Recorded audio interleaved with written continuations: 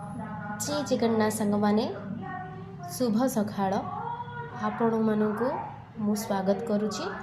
देखंतु आज आम नुआ रेसिपी बनवाई जाऊे। देखंतु एटा किए कहींपारे एटा कौन एटा हूँ कदलीर मंजा जोटा कि कदली मझीर बाहरी थाए। आपको आम गोटे तरकारी बनवा। देखंतु मु केमिति चुन चुन करिकी मंजा को भल भाव में छोट छोट करिकी काटी नेइची।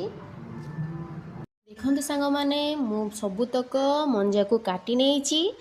आउ सेथिरे हळदी आउ किछि लुण पके नेइची। हळदी पकेबार कारणटी होची मंजा कला देखा जिबा पई न देखा जिबा पई आमे हळदी पकेबा आ लुण पकेबा होची मंजारू बहुत सारा पानी बाहर करबा पई मु लुण पकेइची। आमे जेते ताकू घसीबा आ चुपुड़ी नबा सेते से पानी बाहरिबो आ सेते हमको टेस्ट लागिबो। जदि आमे डायरेक्ट एमती करबा ताहले हमको भल मंजा लागिबो नाही।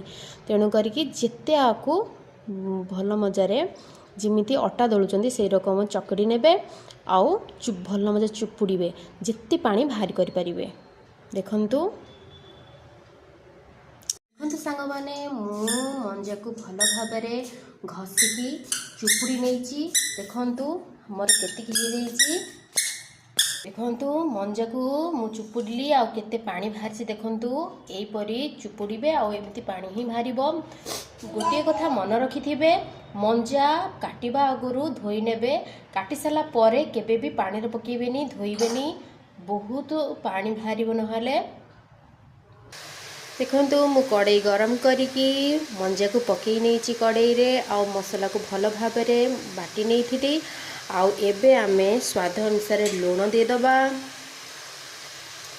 आउ अल्प हळदी गुंड हाफ चम्मच हल्दी गुंड दे दबा। देखंतु सांग माने हमर मंजा सिझी जाइची। देखंतु मु ताकू कड़ाई रु काढी नेइची। एबे आमे जिबा मंजा को छुंक दबा पाई।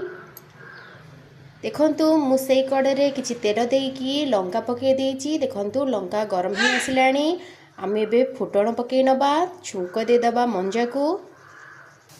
फुटण में पके सारिचे। देखंतु हमर फुटण हो साला परे आमे मंजा दे दबा। देखंतु सांग माने आम मंजा को मु छुंक दे सारिची। फुटण लंका देकी मु छुंक दे सारिची। बहुत सुंदर वासना भी आसुची। तो पाटिकी भी खाइले बहुत टेस्ट लगिबो। आपण ता आपको भात पखाला भात गरम भात रे भी खाई परिबे रोटी रे भी खाई परिबे। बहुत टेस्टी लगी थाए आ देह पे बहुत भलो।